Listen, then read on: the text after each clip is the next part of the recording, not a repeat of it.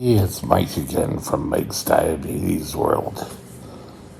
Okay, blood sugar is at 9.5. It's going up. Had a snack. Gave some correction dose. And showing there they have 5 extra units. 5.625. Now, up here, tells me I have 1 day to change my sensor. Down here is something I haven't discussed. Those are meal times when I've typed in the carbs. I'm starting to show a correction dose for my blood sugar on the rise. So I think I'll be seeing a little bit more of that as we move along. Today. Today, I want to spend some time with you discussing diabetes supplies. I think people would be amazed on how much extra money T1Ds have to put out and or their families. I can't imagine if there's more than one T1D in the family. It's astronomical.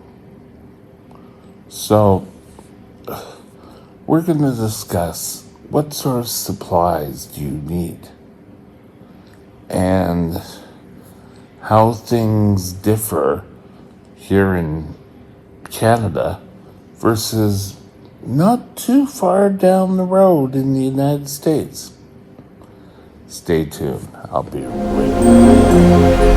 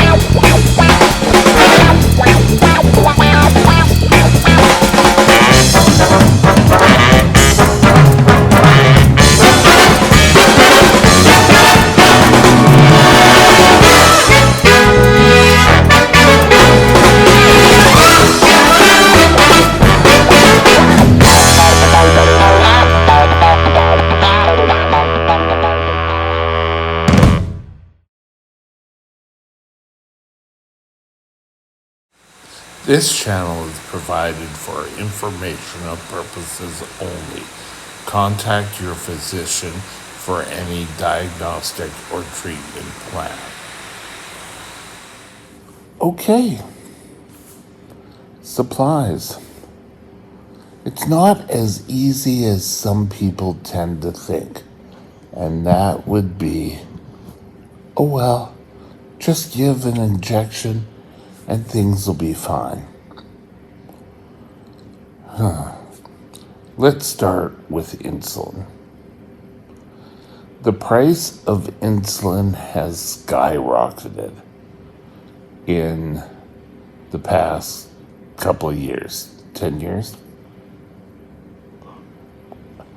to where buying of insulin this side of the border is a lot less expensive than buying insulin that way in the States. It's fine if you have insurance to cover it. Up here in Canada, or I can only really speak for BC, and that would be Fair Pharmacare, where you're pretty well covered after a deductible. Sorry, I got a scratcher. When you meet the deductible, you can get a majority of stuff for free. Okay, so insulin.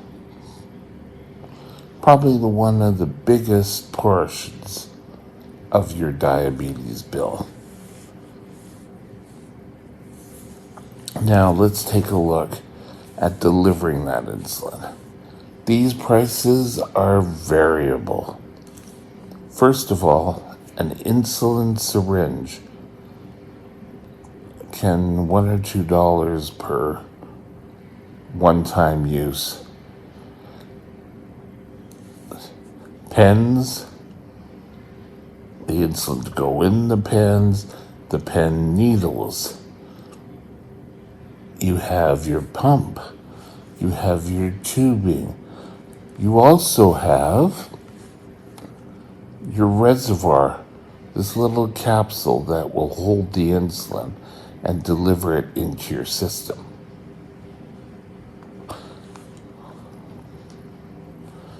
There's alcohol wipes to make sure things are sterile.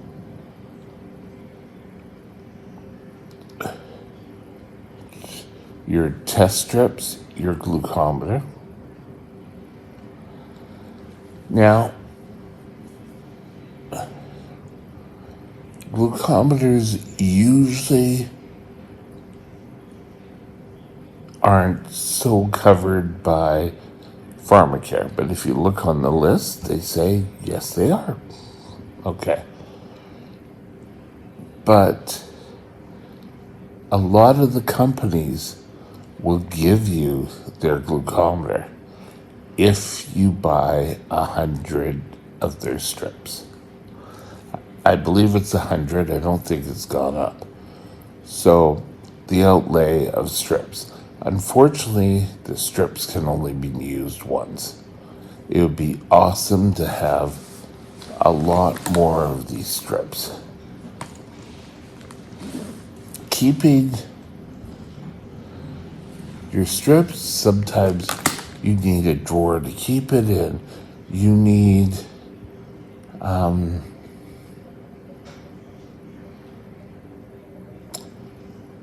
what else did I need? There's so much. There's the tube. I did mention the tubing. I mentioned the reservoir. There's the transmitter, and there's the sensors that go in. Those can also be expensive. And they could be an extra $399 a month. And if one fails, you got to put in another one. And I don't fault them. They're pretty precisely made, but it's still so much that you have to bring into your home. There's sweets. You're gonna have to get sweets, some form of quick-acting sugar. But you're a diabetic. You can't have sugar.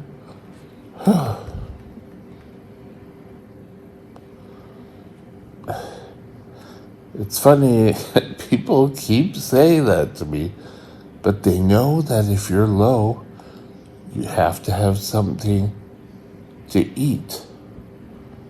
They don't realize that it's quick acting or whatever. After you have that,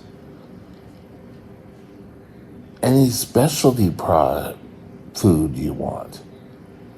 But you do have to be careful, because if it's using artificial sweetener, that could make you let's say, visit the washroom quite a bit, and I'm going to leave it at that.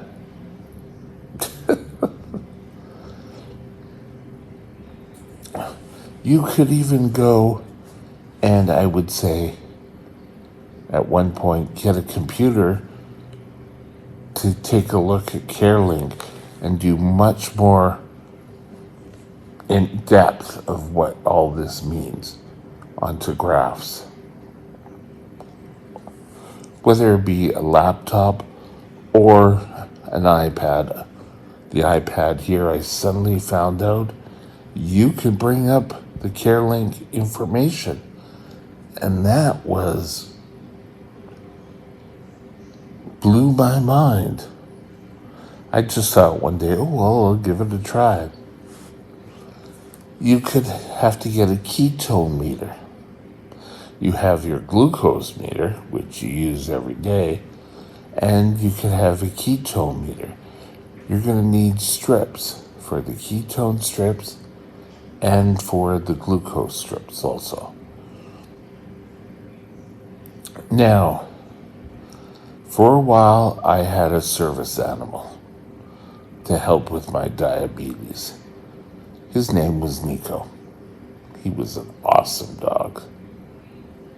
And here's a picture now.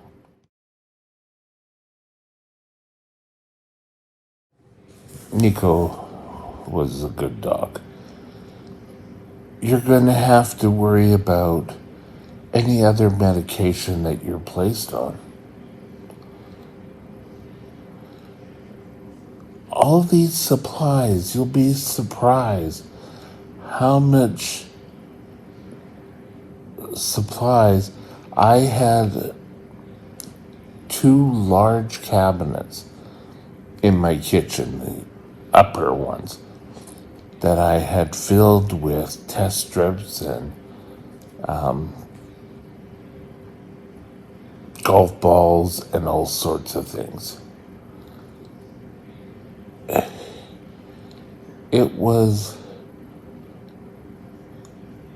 a real stockpile. Now, everything I mentioned here, you're probably going to need backups of most of these things too, because nothing's worse than being stuck. Oh, well, I have one more to do. I have one more of this to use.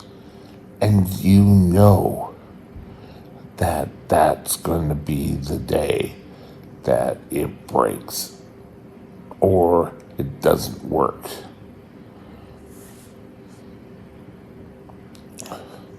But you know what? You learn. When I said sweet, something I forgot to mention. Dex 4 tablets, which are these fairly large, fast-acting sugar tablets. You take 4 of them if you're low. The bottle of them is quite expensive. And I keep thinking, yeah, but it's sugar.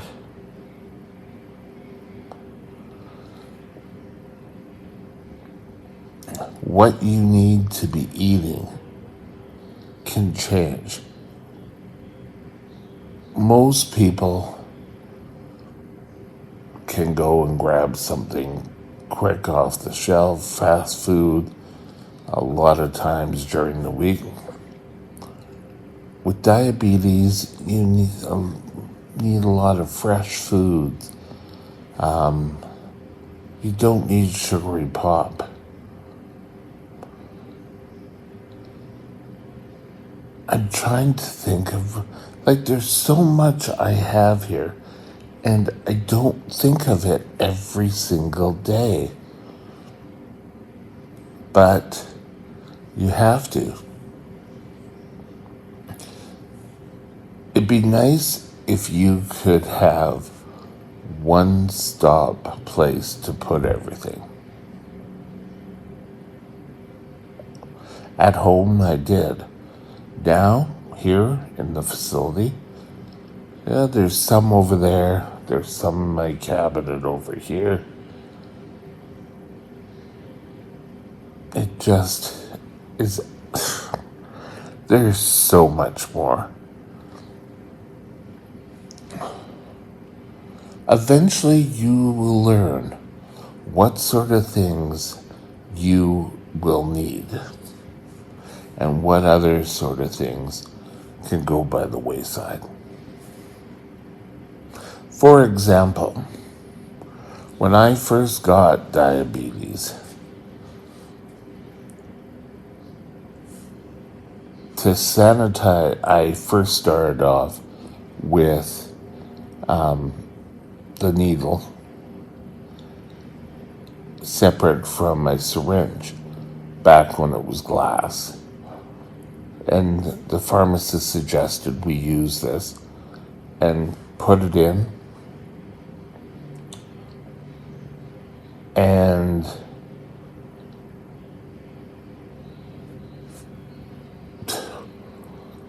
drop your insulin and then put your reusable one on and save, the sharpness. In theory, great. But soon after that, another pharmacist says, well, we have disposable syringes now. So here we bought that. I think we ended up throwing them out. We didn't really utilize them. Your diabetes team will go through and suggest what you need and what you don't need. I would have to think that you really need to sort of have a shopping list. Things that most diabetics utilize, then a little area where your doctor can write what else to take. Now, I did at one time have a service dog. And any cost to help that service dog, vet bills, food, was all medical expense. And just a little side note that in Canada, a service animal's food and I think some of the vet bills can be deducted from your amount. It's worth taking a look at. Talk with your doctor, talk with your healthcare team about what you need. If you are put in the hospital after being diagnosed, ask to speak with their diabetic liaison or their diabetic nurse and say, okay, going out. A lot of times they will give you initial supplies to just get you till you can get to the drugstore. Because going home after being diagnosed, there's so much to go over. Hope this helped a bit. Have a great day, and we'll talk later. Bye now. My email is mikesdiabetesworld@gmail.com. mikesdiabetesworld@gmail.com.